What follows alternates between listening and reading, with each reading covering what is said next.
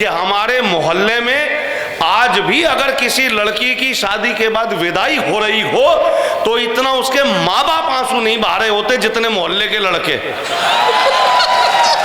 ये होते हैं संस्कार। बगल में इनके पंडित जी का घर है, तो अभी तो एक चुटिया कटा के आए हैं। पिछले दिनों दिल्ली में मिले थे तो इतनी लंबी चुटिया भी लटकी थी। तो मैंने कहा दीपक भाई ये चुटिया किस लिए? बोले ऑप्शनल काम कर लेता हूँ। बोले जब पंडित जी कहीं बाहर जाते हैं तो पंडित जी का काम खुद ही निपटा देते हैं। तो मैंने कहा यार आपको तिथि विथि देखनी आती है? बोले सारा काम जुगाड़ से होता है। तो भाई ने एक बड़ा अच्छा किस्सा सुनाया। बोले पंडित जी ने सिखा दिया है मुझे कि मंदिर के पीछे घर में 15 लट्ठ गिन के रख लो। पहले दिन जिस दिन एकादशी हो तो 11 लट्ठ गिन लो, पंचमी हो तो 5 लट्ठ, एक दिन से गिनना शुरू करो। एक तो कोई आए, 2 तो बोले आज दूज है, तीसरे दिन कोई आए तो आज तीज है। तो दीपक भाई ने सारा मामला रट लिया। गांव का एक आदमी आया, बोले दीपक भाई आज कौन सी तिथि है?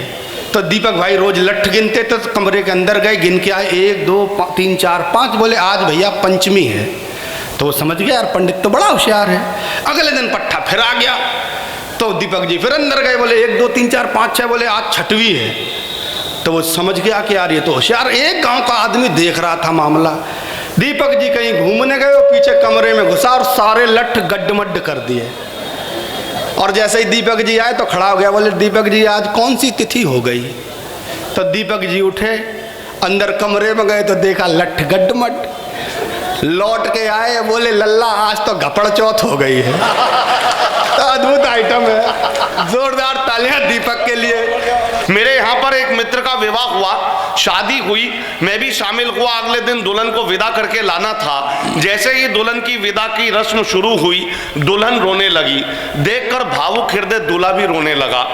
मैंने पूछा तू क्यों रो रहा है भाई? बोले ये क्यों रो रही है? मैंने कहा इसकी तो शादी हुई है। बोला वो तो मेरी भी हुई है। मैंने कहा ये तो अपने माँ बाप भाई बहन को छोड़कर जाएगी। बोले जाके मेरे भी तो छोड़वाएगी। लेकिन साहब आइए, अच्छा दुनिया में लोग कह रहे हैं, बोले भारत में संस्कार नहीं बचे, उत्तर प्रदेश में संस्कार नहीं बचे, हरियाणा में संस्कार नहीं बचे, पूरे देश की जवान पीढ़ी खराब होती जा रही है। लेकिन मैं आपको बताऊं, देश में युवाओं से कोई खतरा नहीं है, जितना खतरा है सब उम्रदराज लोगों से है। हमारे यहाँ संस्कार, आपके यहाँ के नहीं पता, हरियाणा के संस्कार बताता हूँ आपको। हमारे यहाँ संस्कार जीवित हैं। और उसका सशक्त उदाहरण ये है कि हमारे मोहल्ले में आज भी अगर किसी लड़की की शादी के बाद विदाई हो रही हो तो इतना उसके माँ बाप आंसू नहीं बहा रहे होते जितने मोहल्ले के लड़के। ये होते हैं संस्कार। लेकिन आइए, मैं अच्छा मन से अच्छी बात करने का कोशिश करता हूं, क्योंकि आज के हमारे सम्मानित भाई हमारे प्रमोद तिवारी जी को सुनना है, मेरे अन्य कवि मित्रों को सुनना है, अच्छी बात पहुंचे।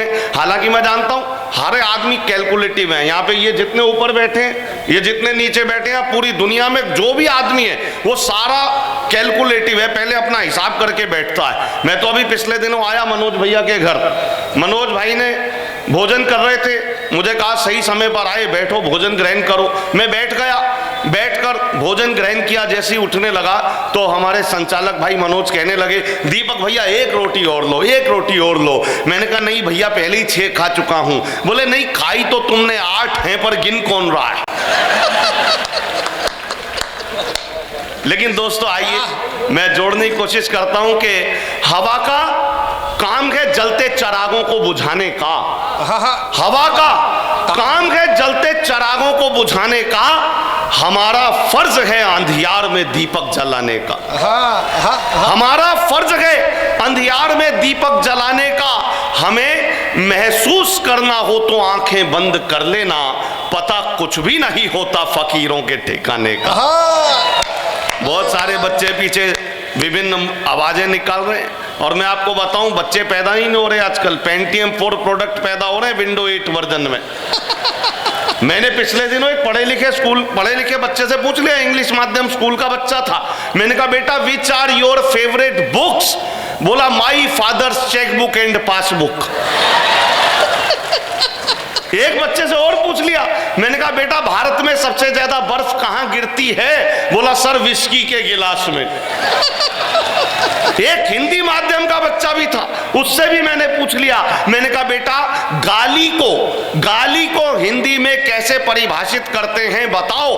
बच्चे ने कहा सर, अत्याधिक क्रोध आने की स्थिति में शारीरिक रूप से हिंसा ना करते हुए मानसिक रूप से की जाने वाली हिंसात्मक कार्रवाई के अंतर्गत कुछ चुने हुए शब्दों का समूह, जिनके उच्चारण के पश्चात मन को असीम शांति का अनुभव मिलता है,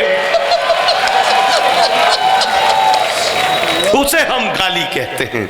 लेकिन आइए, हम लोग एक पारिवारिक उत्सव में शामिल हुए, तो बात कहना चाहता हूं, परिवार से ही शुरू करता हूं कि करवा चौथ के दिन अपनी पत्नी का मन रखने के लिए मैंने भी व्रत रखा। ये तो ऐसी आवाजें निकाले जैसे सारी रखते हैं व्रत। मैं जानता हूं ये कवि सम्मेलन शाम को होते हैं, आज दिन में हो रहा है, लेकिन दिन में भी कवि सम्मेलन का आनंद लो, क्योंकि सुबह का अपना मजा है, शाम का अपना मजा। सुबह का अपना मजा है, शाम का अपना मजा, जूस का अपना मजा है, जाम का अपना मजा। सुबह का अपना मजा है, शाम का अपना मजा, जूस का अपना मजा है, जाम का अपना मजा। और आशिकी में कल मैं उसके भाइयों से फिर पिटा, दर्द का अपना मजा है, बाम का अपना मजा। आइए थोड़ा मन दीजिएगा, कुछ अच्छी बात कहकर ही विदा लूंगा, लेकिन अभी आपके चेहरे पर मुझे जिस काम के लिए यहाँ पे आदेशित किया गया है वो काम करने की कोशिश करता हूं कि करवा चौथ के दिन अपनी पत्नी का मन रखने के लिए मैंने भी व्रत रखा। सुबह से ना पानी पिया, ना खाने में कुछ चखा। शाम को जब घर आया, पत्नी से फरमाया, बता डार्लिंग ऐसा क्या करूं कि तेरी जिंदगी में ऐश हो जाए। पत्नी मुस्कुराते हुए बोली, कुछ ऐसा कर दो तुम्हारी जीवन बीमा पॉलिसी कैश हो जाए। आइए इस गोत्र से और जोड़ता हूं कि आप तो बहुत अच्छा रिस्पॉन्स दे रहे हो साहब, बहुत अच्छा सुन रहे हो, वरना कई बार हम लोग ऐसी जगह फंस जाते हैं जहां पे कभी कुछ भी अच्छी बात कह दे लेकिन आगे से प्रतिक्रिया नहीं आती। मैं पिछले दिनों ऐसी एक जगह फंस गया तो मजबूरन एक चैनल से इस कविता को प्रसारित होना पड़ा कि एक कवि सम्मेलन में मैं कविता सुना रहा था। मैंने देखा अगली पंक्ति में बैठा श्रोता ताली नहीं बजा रहा था।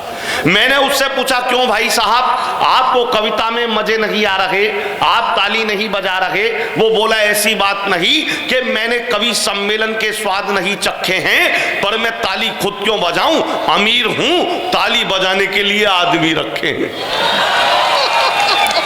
मैंने उससे फिर ये शब्द कहे, आप हंस भी नहीं रहे। वो बोला, ऐसी बात नहीं कि मैंने अपने होठ सिल रखे हैं, पर मैं खुद क्यों हंसूं, अमीर हूं, हंसने के लिए भी आदमी रखे हैं। अब वही श्रोता मुझे मिल गया एक दिन बाजार में, लंबी चमचमाती कार में। मैंने कहा, भाई साहब बधाई हो, आपने नई कार ली है। बोला, मैंने नहीं ली, कल शादी हुई है, ससुराल वालों ने दी है। मैंने कहा, फिर तो डबल बधाई, पर ये बताओ भाई, आप हनीमून पर नहीं गए? बोला, अमीर हूं। मैंने कभी कहा था कि जियो ऐसे कि सबकी आस में जिंदा रहो। हाँ, जियो ऐसे कि सबकी आस में जिंदा रहो, मरो ऐसे कि तुम इतिहास में जिंदा रहो। जियो ऐसे कि सबकी आस में जिंदा रहो, मरो ऐसे कि तुम इतिहास में जिंदा रहो। और किसी को भी अगर चाहो तो चाहो इस तरह कि खुशबू बन के तुम एहसास में जिंदा रहो, कि खुशबू बन के तुम एहसास में।